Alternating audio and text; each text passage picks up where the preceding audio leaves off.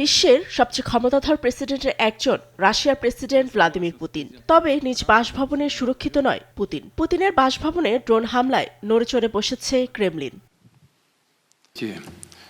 নভগরদ অঞ্চলে অবস্থিত পুতিনের বাসভবনে ইউক্রেন ড্রোন হামলার চেষ্টা করেছে বলে অভিযোগ রাশিয়ার। রুশ পররাষ্ট্রমন্ত্রী সের্গেই ল্যাভরভ জানিয়েছেন সোমবার এ হামলার চেষ্টা চালিয়েছে কিয়েভ। তিনি আরও বলেন ৯১টি ড্রোন ব্যবহার করা হয় হামলায়। রাশিয়ার আকাশ প্রতিরক্ষা ব্যবস্থা সব ড্রোন ভূপাতিত করেছে বলেও দাবি করেন তিনি। তবে ওই সময় পুতিন নভগরদে ছিলেন কিনা সে বিষয়ে নিশ্চিত করেননি ল্যাভরভ।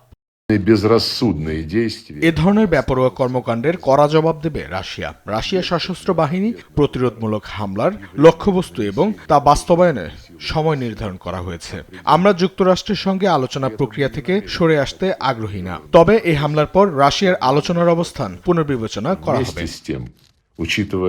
নতুন রিন গভীর থেকে পরিষ্কার করে কাপড়কে রাখে নতুনের মতো উজ্জ্বল। নতুন রিন অ্যাডভান্সড পাউডার। এদিকে ইউক্রেনের প্রেসিডেন্ট ভ্লাদিমির জেলেনস্কি ড্রোন হামলায় জড়িত থাকার অভিযোগ প্রত্যাখ্যান করেছেন। হামলার ঘটনা রাশিয়ার মনগড়া বক্তব্য বলেও দাবি করেছেন তিনি। ফ্লোরিডায় মার্কিন প্রেসিডেন্ট ডোনাল্ড ট্রাম্পের সঙ্গে বৈঠকের একদিন পর রাশিয়া এমন হামলার দাবি করেছে।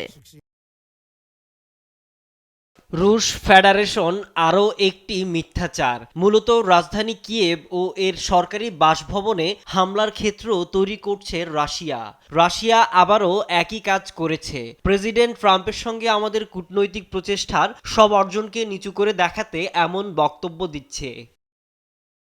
সোমবার হোয়াইট হাউস জানিয়েছে ইউক্রেন যুদ্ধ বন্ধে পুতিনের সঙ্গে ট্রাম্পের ইতিবাচক ফোনালাপ হয়েছে। পুতিনের বাসভবনে ইউক্রেনের হামলার অভিযোগ নিয়ে সমালোচনা করে মার্কিন প্রেসিডেন্ট ডোনাল্ড ট্রাম্প বলেন এটি হামলার সঠিক সময় নয়। এমনকি পুতিন নিজেই হামলার বিষয়ে জানিয়েছেন বলেও উল্লেখ করেন Trump. Fatema Tasnim, news desk, দেশ টিভি।